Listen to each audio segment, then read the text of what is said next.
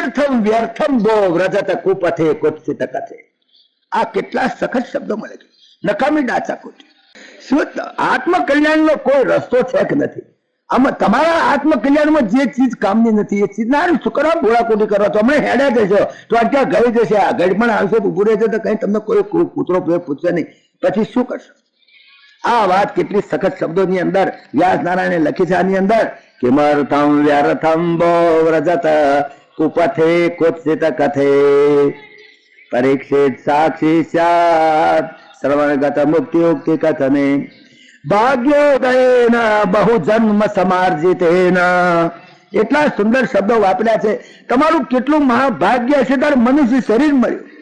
આ મનુષ્ય શરીરમાં બેહવાની સગવડ છે, બાકી કૂતરા બલાડાના અવતારમાં તો ડફણા મારીને કાઢી મિલશે, પછી તો સંભળાશે નહીં, પછી તો મોડે બુકાની ગળામાં દોરડું પાછળ ડફણું, આ ત્રણ સિવાય ચોથું કશું મળવાનું નથી, યાદ રાખજો. પછી શું કરશો? ભાગ્યોદયેન બહુ જન્મ સમાર્જિતેન. કેટલા ભાગ્ય ઉદય થયા છે, કેટલા જન્મના પુણ્ય ભેગા થયા છે. ત્યારે સત્સંગમમ ચલબતે પુરુષો સદા વૈ. કેટલા ભાગ્ય તમારા કે તમને સત્સંગ મળે છે. આજે આ અજ્ઞાન હેતુ કૃત મોહ મદાંધકાર નાશમ વિદાય તદોદયતે વિવેકા. અજ્ઞાન અંધકારને દૂર કરીને વિવેક જ્ઞાન પ્રગટ થાય એવો સત્સંગ છોડીને શું કરવા નકામા ડાચા કુટમાં બીજી બધી ભાગગડમાં શું કરવા પડો છો તમે? દુઃખ દારિદ્ર્ય દુઃખ જ્વરદાહિતાનામ માયા પિશાચી પરિમર્દિતાનામ સંસાર સિંધો પરિપાતિતાનામ ક્ષેમા વવૈ ભાગવતમ પ્રગર્જતી. આટલું સુંદર સાહિત્ય રાખ્યું, આટલું વ્યાસ નારાયણે આપણા સંતો અને શાસ્ત્રોએ આટલી મહેનત કરીને જે કર્યું છે. ભાગવતનું પૂંઠું ઘણા કર્મીઓ જોયું નથી, ઘણા ઉપનિષદનું પૂંઠું જોયું નથી, ઘણા ગીતાને જોઈ નથી. ઈંદોનો છોકરો 4 શ્લોક ગીતાના બોલી શકતો નથી. આ જોવાની ખબર છે. હું કોલેજોમાં જાઉં છું ઘણે ખરો, તો કોલેજમાં જઈને કોલેજના છોકરાઓને પૂછું ગીતાનો લેખક કોણ છે, તો કે છે કે ગીતાનો લેખક ધૃતરાષ્ટ્ર છે. કે કારણ કે ધૃતરાષ્ટ્ર વાચથી શરૂ થાય છે ને ગીતા, એટલે ગીતાનો લેખક ધૃતરાષ્ટ્ર એમ બોલનારા કોલેજના છોકરાઓ છે. ઓર્ડિનરી વાત નથી કરતા. કોલેજના છોકરાઓ કહે છે કે એનો લેખક ધૃતરાષ્ટ્ર છે, કોઈ કહે છે કે અર્જુન છે, એ પણ ખબર નથી. હિન્દુનો છોકરો 5 શ્લોક ગીતાના ના બોલી શકે અને સિનેમાના એક ભજન મોડે કડકડાટ મોડે બોલી જાય છે, વગર કોખે કેવી તેમને મોડે રહી ગયા એમ નવાઈ લાગે છે. પણ ગીતાના 5 શ્લોકો જો ન બોલી શકે તો હિન્દુનો છોકરો ના કહેવાય. જો બાઇબલની 5 વાક્યો જો ન બોલી શકે તો ક્રિશ્ચન ના કહેવાય. જો કુરાની શરીરની 5 ગાથાઓ બોલી ના શકે તો એને મુસલમાન ના કહેવાય, એને કાફર કહેવાય. એમ ગીતાના 5 શ્લોકો ના બોલી શકે તો એને હિન્દુ કહેવાય જ નહીં. He is not a Hindu at all. આજે 5 શ્લોકો ગીતાના બોલી શકતા નથી, એટલા માટે આ બધી મજૂરી છે, એટલા માટે આ ભાગવતની જરૂર છે. ભાગવત એ વેવલાની કથા નથી, ભાગવત એ ઇન્ટેલિજન્ટ માણસોની કથા છે, વાઇઝ માણસોની કથા છે, વિઝડમ છે એની અંદર. આ વેવલા વેડા નથી, ખેડો ચાપોટા પાડો જાઓ ઘડી બેઠા જ્ઞાન થયું ભક્તિ મળીને જતા રહ્યા, એ ભક્તિ નથી. એટલે મુખ્ય વાત છે સમજવાની છે. આજે તો જાણે કે પૂર્ણાદશ થયા છે. ભાગવતની ખરેખર કથા હવે શરૂ થાય છે, ખરેખરી કથા શરૂ થાય છે. અને એ કથાની અંદર પહેલા સ્કંધના પહેલા શ્લોકની અંદર મંગળાચરણની અંદર પહેલા શ્લોકની અંદર ભગવાન વ્યાસ નારાયણ એ સ્તુતિ કરે છે. તો કોની સ્તુતિ કરે છે એ મુદ્દાનું છે. અને એ એક જ શ્લોકની અંદર એટલી સરસ રીતે એ શ્લોકને મૂક્યો છે કે આખા ભાગવતમાં જે આવવાનું છે એ એક શ્લોકની અંદર સમય જાય, એક શ્લોકની અંદર સમય જાય એવી રીતે એમણે આ પહેલા શ્લોકનું મંગળાચરણ લખ્યું.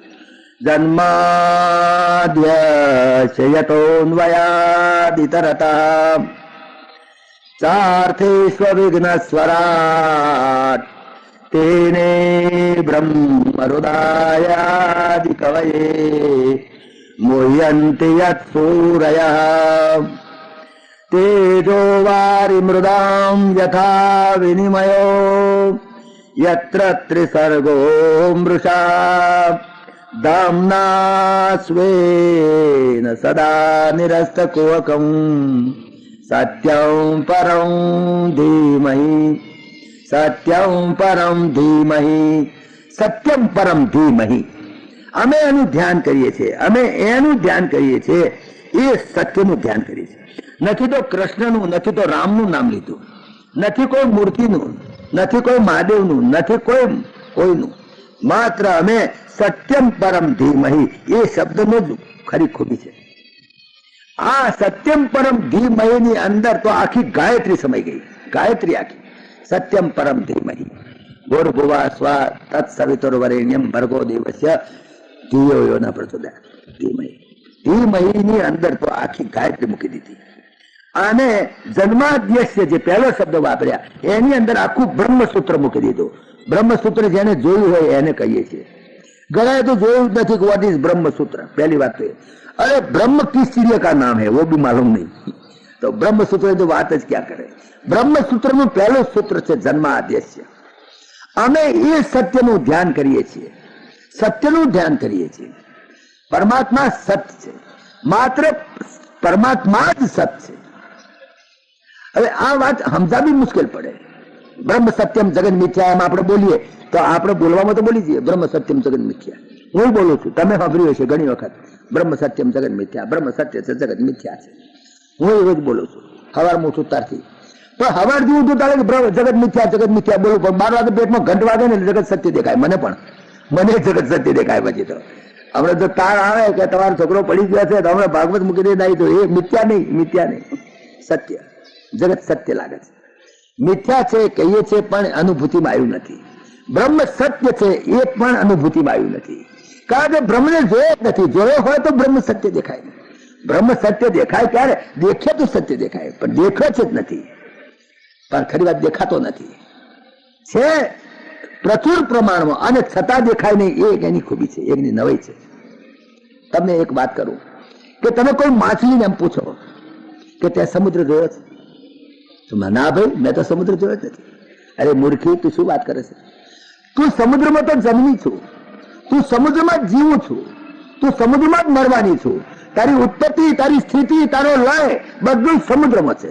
તું નહીં, તારી માં, એની માં, તમારી આખી જાતિ સમુદ્રમાં જ જન્મ્યા છો, સમુદ્રમાં જીવો છો, સમુદ્રમાં મરવાના છો, સમુદ્રમાં ઉત્પત્તિ સ્થિતિ લય છે, અને છતાંય તે સમુદ્ર જોયો નથી. તો કે ના, મેં નથી જોયો. અરે સમુદ્રમાં તો રહું છું, મેં નથી જોયો. શું? મેં તો નામ જ આજે સાંભળ્યું. સમુદ્ર નામની કોઈ ચીજ છે, એ નામે મેં તો આજે સાંભળ્યું. બસ એ જે માછલીની દશા છે, મારી દશા છે, એ તમારી દશા છે. બ્રહ્મમાં જ છો, બ્રહ્મમાં જ તમારી ઉત્પત્તિ છે, બ્રહ્મમાં જ તમારી સ્થિતિ છે, બ્રહ્મમાં જ તમારો લય છે, અને છતાં બ્રહ્મ અમે જોયો નથી. છતાં કદાચ કોઈ એવો દયાળુ મળી જાય કોઈ, અને માછલીને એમ કે ચાલ માછલી, તારે સમુદ્ર જોવો છે, હું તને બહાર કાઢીને બતાવું, નીકળ બહાર, હું તને બતાવું. તો માછલીને સમુદ્રમાં બહાર કાઢો, માછલી મરી જ જાય. સમુદ્ર જોઈ શકે નહીં, બહાર કઢાય કેવી રીતે? પણ છતાંય કદાચ કોઈ જોખમ લે કે 2 મિનિટ પછી મરી જશે, તો પણ સમુદ્ર તો જોવે. તો જોખમ ખેડીને પણ કદાચ બહાર કાઢો, અને સમુદ્ર કદાચ માછલી એની આંખથી જોવે, તો એવડો મોટો એટલાન્ટિક ઓશન, એટલો મોટો પેસિફિક ઓશન કેવી રીતે જોઈ શકે? આવડો મોટો કેવી રીતે જોઈ શકે? ત્યાં તો મરી જાય 2 મિનિટમાં, પણ જોઈ નહીં શકે. અને છતાંય જોખમ કરીને એને બહાર કઢાય. પણ તમને તો બ્રહ્મની બહાર જગ્યા જ નથી, કાઢવા ક્યાં? માછલી તો સમુદ્રની બહાર કાઢવાની જગ્યા છે થોડી કે, પણ તમને તો બ્રહ્મની બહાર કાઢવાની જગ્યા નથી. ક્યાં કાઢવાની? કેવી રીતે બતાવવો બ્રહ્મને? અને એ બ્રહ્મને બતાડવાની મજૂરી છે ભાગવત. ભાગવત એ બતાવવા માંગે છે કે તમે બ્રહ્મને જુઓ જ. જોવાનો અર્થ આંખ વડે નહીં, જોવાનો અર્થ ઇન્દ્રિયોથી નહીં. જે ઇન્દ્રિયોથી પર છે એ માણસો ઇન્દ્રિયોથી પર થઈને અને ઇન્દ્રિયાતીત સ્વરૂપને જોઈ શકે. તો એ બતાડવાની મજૂરીના આ માટે પહેલું સૂત્ર બ્રહ્મસૂત્રનું જન્માદ્યસ્યતઃ, જેમાંથી ઉત્પત્તિ જન્મ આદિ અસ્ય અતઃ, જેમાંથી આ સમગ્ર વિશ્વની ઉત્પત્તિ સ્થિતિ લય થઈ છે. અને એ જેની અંદર ઓતપ્રોત બની ગયો છે. ઓતપ્રોત છે, બ્રહ્મ ઓતપ્રોત છે. કેટલો બધો ઓતપ્રોત છે કે જેમ ગોટલો આબો બની જાય એવી રીતે આ જગત પરમાત્મા બની ગયા છે. પરમાત્મા જગતને બનાવતા નથી કુંભારની માફક, કે ચાલો ઘડો પીટે ને ઘડો બનાવે ચાકડા ઉપર. પરમાત્મા એના સર્જનહાર છે, એને સર્જન છે. એમ આપણે કહીએ છીએ ઇઝ ધ ક્રિએટર, અંગ્રેજીમાં એને ક્રિએટર કે, બ્રહ્મ ઇઝ ક્રિએટર. તો ખરેખર તો ક્રિએટર બોલવો એ પણ ભાષાની ભૂલ છે. He is not the creator, not only the creator. Creator એમ નહીં, એ સ્રષ્ટા નથી, એ સર્જન છે એટલું જ નથી, પણ એથી કંઈક વિશેષ છે. જેમ ગોટલો આંબાને બનાવતો નથી, પણ ગોટલો પોતે જ આંબો બની જાય છે. ગોટલો પોતે જ આંબો બની જાય છે. એમ પરમાત્મા પોતે જ જગત બની ગયા છે. He is not the creator, but is the creativity himself. Brahm is creativity himself. પોતે જ ક્રિએટિવિટી છે, પોતે જ બની જાય છે. આ જગત પરમાત્મા જ છે. હરિએવ જગત, જગદેવ હરિ. પરમાત્માને ક્યાંય ખોવા જવો પડ્યો નથી. આ સમષ્ટિ જગત જ પરમાત્માનું આ દેહ છે. એ વાત બ્રહ્મનું સ્વરૂપ, માયાનું સ્વરૂપ, જીવનું સ્વરૂપ, જગતનું સ્વરૂપ, ઈશ્વરનું સ્વરૂપ, મન બુદ્ધિ ચિત્ત અહંકારનું સ્વરૂપ, ઇન્દ્રિયોના વિષયનું સ્વરૂપ, જગત અને સંસારનું સ્વરૂપ, આ બધી વાતોને બહુ સ્પષ્ટ રીતે સાયન્ટિફિકલી એન્ડ લોજિકલી, ગપ્પા મારીને નહીં. વ્યાસ નારાયણના આગળ કોઈ બોલી શકે એમ નથી, કારણ કે સાયન્ટિસ્ટોનું સાયન્ટિસ્ટ છે. એની અંદર હિસ્ટ્રી, જોગ્રાફી, એની અંદર તમામ જેટલી ફેકલ્ટી છે, જીઓલોજી, બાયોલોજી, સાયકોલોજી, ફિઝિયોલોજી, ફેકોલોજી, જેટલી દુનિયાની લોજીઓ છે, બધી લોજીઓ આની અંદર આવી જાય છે. બધી લોજીઓ, યુનિવર્સિટીની તમામ ફેકલ્ટીઝ એને કવર કરી દીધી છે ભાગવતની અંદર. માટેનું મહાત્મા છે કે જે આજે સાંજથી આપણે શરૂ કરવાના છે. એટલે આજને પૂરતો આજે આટલું બંધ રાખી પેલો જન્મ આદેશ શ્લોકને લઈને પછી આગળ ચાલી. ઈશ્વર ભગવાન જો વ્યાસ નારાયણ મંગળાચરણની અંદર સ્પષ્ટતા કરી દે છે બધી. આ આખા ભાગવતમાં શું આવવાનું છે એની વાત કરી દેવી છે. એક ખૂબી છે, કવિની ખૂબી છે કે આખા ગ્રંથનો આખો સાર શું કહેવા માંગે છે એ પહેલા બીજા શ્લોકની અંદર મંગળાચરણમાં જ કહી દે. એટલે તમને ખ્યાલ આવી જાય કે શેનું પુસ્તક છે, શું વાંચો છો. તો પહેલા જ શ્લોકની અંદર એમણે આ વાત કરી. જન્માદ્યસ્યતોન્વયાદિતરતઃ સાર્થેષ્વવિઘ્ન સ્વરાટ તેને બ્રહ્મ હૃદયાદિ કવયે મોહ્યંતિ યત સૂરયઃ તેજો વારિ મૃદામ યથા વિનિમયો યત્ર ત્રિસર્ગો મૃષા ધામ્ના સ્વેન સદા નિરસ્ત કુહકં સત્યં પરમ ધીમહિ, સત્યમ પરમ ધીમહિ. અમે પરમ સત્યનું ધ્યાન કરીએ છીએ. અમે કોઈ રામનું, કૃષ્ણનું, આગળ તો કોઈ ધર્મના વડાનું, આગળ તો કોઈ જીસસ ક્રાઇસ્ટનું, મોહમ્મદ પેગમ્બરનું, આગળ તો બીજા કોઈ ધર્મની વાત નથી. આની અંદર કોઈ સંપ્રદાયની વાત નથી. ભાગવત કોઈ સાંપ્રદાયિક ગ્રંથ છે જ નહીં. વૈષ્ણવે માન્ય કર્યો છે તો સ્વામિનારાયણ સંપ્રદાય માન્ય કર્યો છે, એટલું જ નહીં, સમસ્ત બ્રહ્માંડને લાગુ થાય એવું આ છે. જે પરમ સત્ય છે, જે પરમ જ્ઞાન છે, જે પરમ બોધ સ્વરૂપ છે, એ પરમ સત્ય જે total truth, that absolute truth જેને કહે, જે પરમ સત્ય છે, that absolute energy, that total energy, that total existence, that absolute existence જે છે સત્ય, એ સત્યનું અમે ધ્યાન કરીએ છીએ. સત્યમ પરમ ધીમહિ શબ્દ વાપરવામાં પણ ગાયત્રી મૂકી દીધી. એમણે જોયું, આખી ગાયત્રી પણ આવી ગઈ. ગાયત્રી વેદોની માં છે. ગાયત્રી તો વેદોની માતા છે, એટલે ગાયત્રીને પણ લીધી. અને શ્લોકના પહેલા જ શબ્દની અંદર જન્માદ્યસ્ય યતઃ, જન્માદ્યસ્ય અતઃ, આનું જન્મ, આ શું, જે ધેટ ધીસ કોસ્મિક મેનિફેસ્ટેશન, જે તમને સમગ્ર વિશ્વ દેખાય છે, જે તમે આંખથી દેખો છો, કાનથી સાંભળો છો, જે તમે નાકથી સૂંઘો છો, તમે જીભથી ચાખો છો, અગર તો તમે સ્પર્શેન્દ્રિયથી સ્પર્શ કરો છો, પાંચેય ઇન્દ્રિયોથી જેનો અનુભૂતિ કરો છો, એ જ નહીં પણ મનથી પણ જેનું મનન કરો છો, ચિત્તથી પણ જેનું ચિંતન કરો છો, બુદ્ધિથી પણ જેના નિર્ણયની વાત કરો છો, એ બધું જ જે કઈ કોસ્મિક મેનિફેસ્ટેશન છે એ તમામની ઉત્પત્તિ સ્થિતિને લઈ જેના સંકલ્પ માત્રથી થાય, માત્ર સંકલ્પ માત્ર, સંકલ્પ બસ, બીજું કઈ નહીં. અનંત કોટી બ્રહ્માંડની ઉત્પત્તિ સ્થિતિ જેના લીધે કરીને થાય, એવી જે અકલ્પ એવી ઉત્પત્તિ સ્થિતિને લઈ એ જેને લીધે કરીને થાય છે, જે પરમાત્મામાં છે. અને જે પરમાત્મા જગતનું ઉપાદાન કારણ છે, નિમિત્ત કારણ છે. ઉપાદાન કારણ પણ પરમાત્મા છે, નિમિત્ત કારણ પણ પરમાત્મા છે. કેવી રીતે છે તો પ્રશ્ન પૂછશે પરિચિત. આ તો મંગળાચરણનો શ્લોક છે એટલે એનો ફક્ત તર્જમો કરીએ છીએ. પણ કેવી રીતે પરમાત્મા જગતનું ઉત્પાદન કારણ, કેવી રીતે નિમિત્ત કારણ? He is the cause of all causes. જેટલા કોઝિસ છે, કોઈ પણ વસ્તુનો કોઝ હોય, પણ he is the cause of all causes. જગતના તમામ જેટલું જગત છે એ તમામનું ઉપાદાન કારણ, નિમિત્ત કારણ પણ જે પરમાત્મા છે. અને જે પરમાત્મા જીવોના વિવિધ પ્રયોજનોને બરાબર જાણીને સૃષ્ટિની રચના કરી છે. કોઈ એમ ના કહે કેમ એ આડેધડે કરી દીધી, આ કે ભડાભૂટ કરીને જગતની ઉત્પત્તિ કરો છો, સ્થિતિ કરો છો, ભડાભૂટ કરીને પાડો છો, તોડો છો, ફોડો છો, પાછું બેઠું કરો છો, એવી રીતે નથી. પણ તમામ જીવોના પ્રયોજનોને બરાબર જાણીને જે જગતની ઉત્પત્તિ સ્થિતિ લય કરે છે, અને છતાંય સૃષ્ટિમાં કાંઈ પણ પ્રયોજન પોતાનું નથી. જોવાની ખૂબી એ છે કે તમામના પ્રયોજનોને ધ્યાનમાં રાખીને જગતની ઉત્પત્તિ સ્થિતિ લય કરવા છતાં સમગ્ર વિશ્વની જેના સંકલ્પ માત્રથી ઉત્પન્ન અને અનંત કોટી બ્રહ્માંડની, પણ છતાં એમાં પોતાનું કોઈ પ્રયોજન કે કોઈ પ્રયોજન નથી. બસ એમ કેવી રીતે? એ તો આ મંગળાચરણનો શ્લોક છે, પણ પરીક્ષિત પૂછશે ત્યારે ખબર પડશે.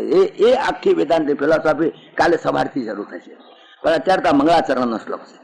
તો એ જેનાથી થાય છે એ વેદ જ્ઞાનની બાબતમાં પણ મોટા મોટા કવિઓ, મોટા મોટા સૂર્ય અપી મુહ્યંતી યત સૂર્ય, જ્યાં મોટા મોટા જ્ઞાનીઓ બેફળ થઈ ગયા છે, જેના સમજવા માટે એને કેટલાય કરોડો વર્ષ સુધી, લાખો વર્ષ સુધી તપસ્યા કરી છે. કેટલાય ઋષિ મુનિએ હજુ સમજી શક્યા નથી.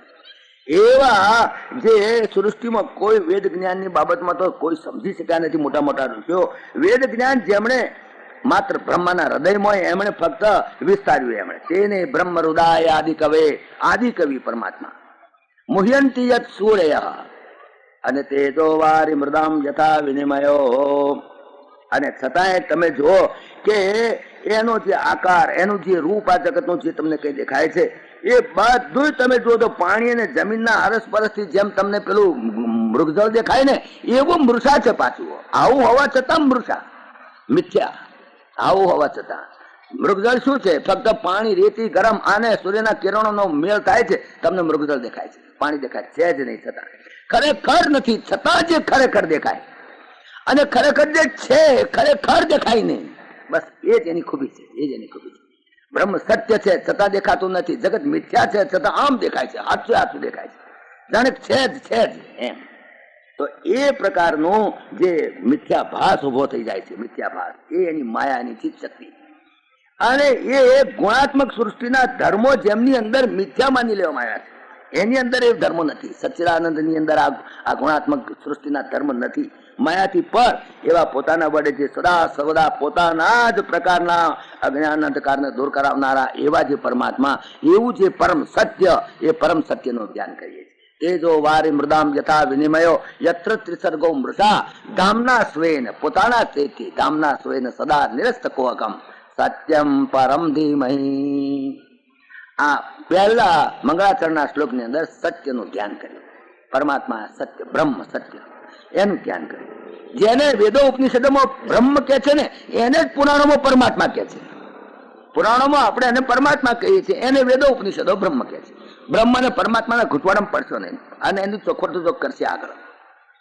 પણ બીજા શ્લોકની અંદર કહે છે કે આ મહાપુરાણ, શ્રીમદ ભાગવત મહાપુરાણ, એ કયા ધર્મની વાત કરે છે? તો એ ધર્મની વાત કરવાની છે. ધર્મ પ્રોંજિત કૈતવોત્ર પરમો નિર્મત્સરાણમ સતામ વેદ્યમ વાસ્તવમત્ર વસ્તુ શિવદમ તાપત્રયોન્મૂલનમ શ્રીમદ ભાગવતે મહામુનિકૃતે કિં વા પરેશ્વર સદ્યો રુદ્ધિ અવરુધ્યતેત્ર કૃતિભિઃ એટલે સુકૃતિભિઃ શુશ્રૂષુભિઃ તત્ક્ષણાત.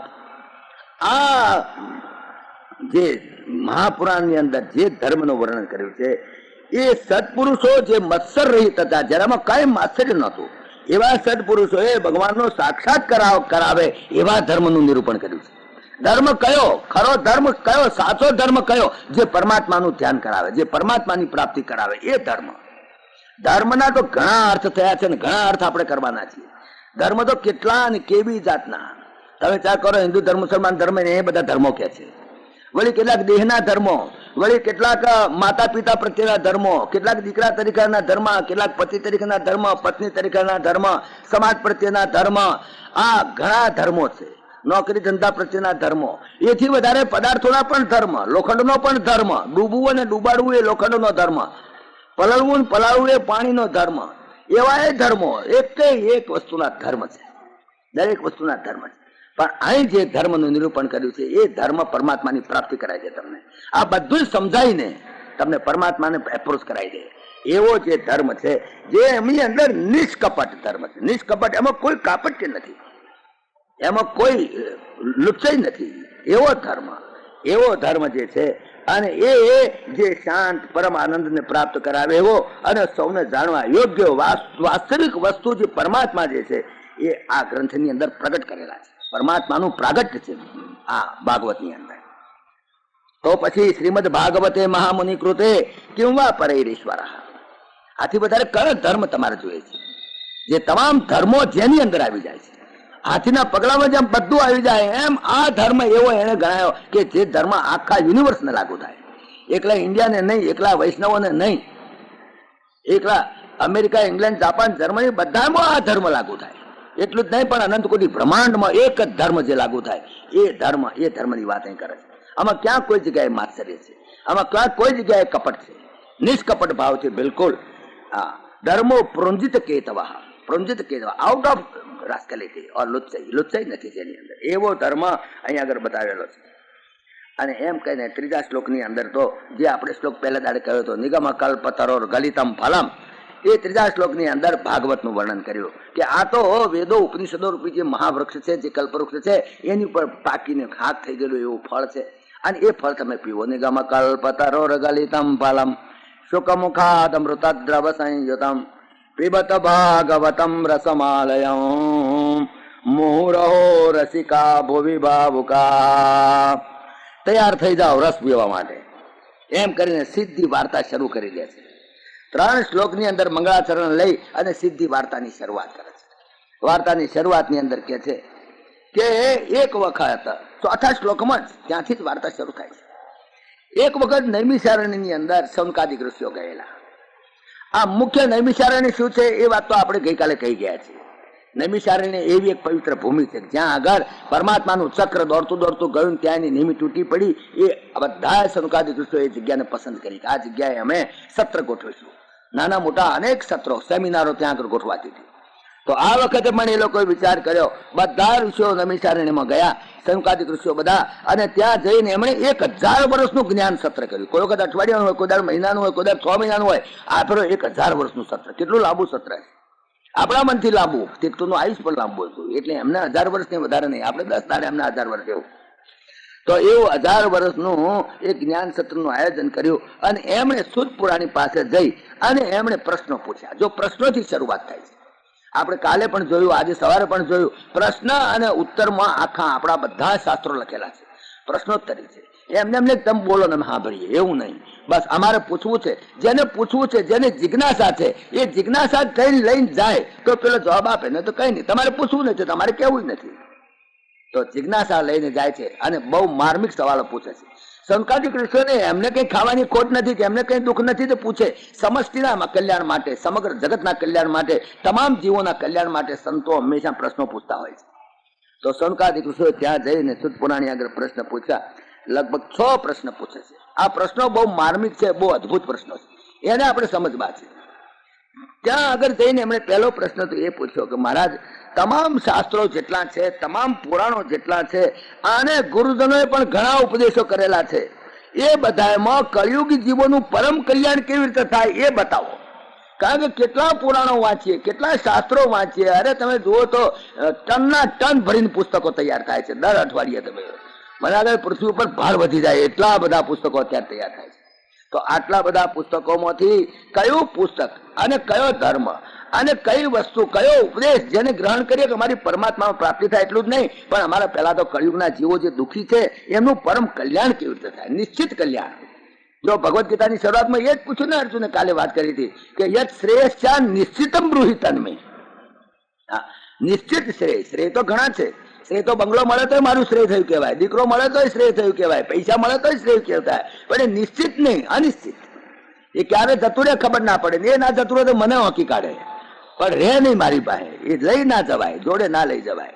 કાં તો મારે છોડીને જતા રહેવું પડે, કાં તો એ છોડીને મને જતું રહે, કાં તો દીકરો જતો રહે, કાં તો હું જતો રહું. બેમાંથી એકનો તો જવું જ પડે. કાં તો પૈસા જતા રહે, કાં તો મને ઠાઠડીમાં ગાલીને લઈ જાય. બેમાંથી એક થાય. કાં તો બંગલામાં મને રાખે, હું બંગલો મેં બંધાયો, પણ કાં તો બંગલો રહે તો હું મારે જવું પડે, અને નહીં તો પછી બંગલો મારા હાથો હાથો જતો રહે, વેચાઈ જાય, ગીરો મૂકી જાય, ભગવાન જાણે. એટલે નિશ્ચિત શ્રેય ના કહેવાય. નિશ્ચિત શ્રેય તો એ કહેવાય જયારે રવતાળજી રેન જવું હોય ત્યારે લઈને હેરતો થવું જોડે. મારી જોડે આવવું જોઈએ. મારી માલિકી કઈ? બંગલો મારી માલિકીનો છે, અરે આ દેહ પણ મારી માલિકીનો નથી, તો દેહ પણ પડાઈ રહ્યા છે છોકરાઓ જતી વખતે કે ફૂંકી જાવ અહીંયા આગળ ફૂંકી મારીશું, તો પછી મારું શું? આમાં મારું કયું? જો મારું કોઈ નથી તો મારું નિશ્ચિત શ્રેય શેમાં છે? બસ એ મારે સમજવું છે. અમારે આવા ફટાકિયા વસ્તુ નથી વાપરવું. કારણ અનેક ધર્મ પુરાણો ઉપનિષદો વાંચી વાંચીને અમે તો કંટાળી ગયા, આંખે ચશ્મા ક્યાં છે, મોતિયા આવવા માંડ્યા છે. હવે શું થાય? તો પછી અમારે કેટલા શાસ્ત્રો બાપરે, અનંત પારમ કિલ શબ્દ શાસ્ત્રમ સ્વલ્પમ તથા યુર્ભાવસ્ય વિઘ્ના. એક તો અનંત પારમ કિલ શબ્દ શાસ્ત્રમ છે, કેટલા શાસ્ત્રો બાપરે, ચોપડીઓ ચોપડીઓ ચોપડીઓ, લાઇબ્રેરીઓ ઉભરાય છે તારે, જ્યાં જુઓ તો ચોપડીઓ થોકડે થોકડા રોજ છપાય છે, રોજ વંચાય છે. કયું વાંચવું? અનંત પારમ કિલ શબ્દ શાસ્ત્રમ અને સ્વલ્પમ તથા યુર, અને એમાં આયુષ બહુ ટૂંકું. એમાં તમે જુઓ તો 60 વર્ષ 70 વર્ષ જેવો 35 વર્ષ ઊંઘવામાં જાય, બાકીના કાંઠા કબલામાં જાય. તમે બધો હિસાબ તો કાઢજો, તમારી મહેનત તમે કેટલા કલાક મળે.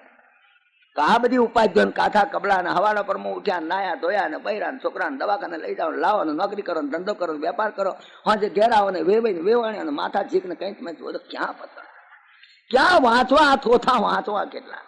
અનંત પારમ કિલ શબ્દ શાસ્ત્રમ અને સ્વલ્પમ તથાયુર, અને એમાં બહવસ્ય વિઘ્ન, એમાં બધા વિઘ્ન, મોડા પડ્યા, આદા પડ્યા, ટાઈફોઈડ થયો ને કઈ થયું ને હોસ્પિટલમાં ગયા, એક્સિડન્ટ થયો ને ઓપરેશન કરાયા ને આ બધા વિઘ્ન.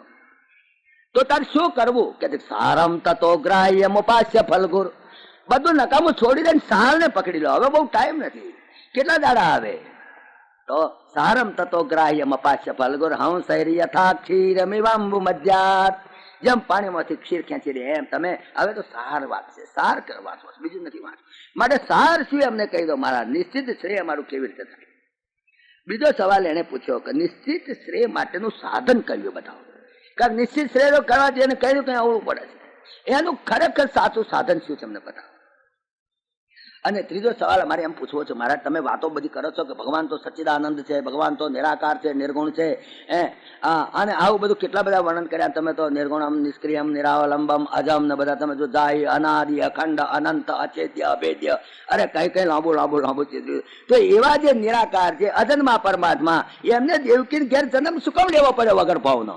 એમને કૌશલ્ય તો જન્મ શું કામ લેવો પડ્યો? એ જન્મ ના અમે જન્મ લઈને પસ્તાયા છીએ, જુઓ ને અમે જન્મ લીધો તારા ભડાકુટીમાં પડ્યા ને, તો ભગવાન શું કામ ભડાકુટીમાં પડ્યા વગર ભાવ? એમનું બૈરું ખોવાઈ જાય, રડવા મંડે ને વળી પાછા એમને મથુરામાંથી નાહી જવું પડે ને, આ બધી લમણા ફોડ શું કરવા એમણે?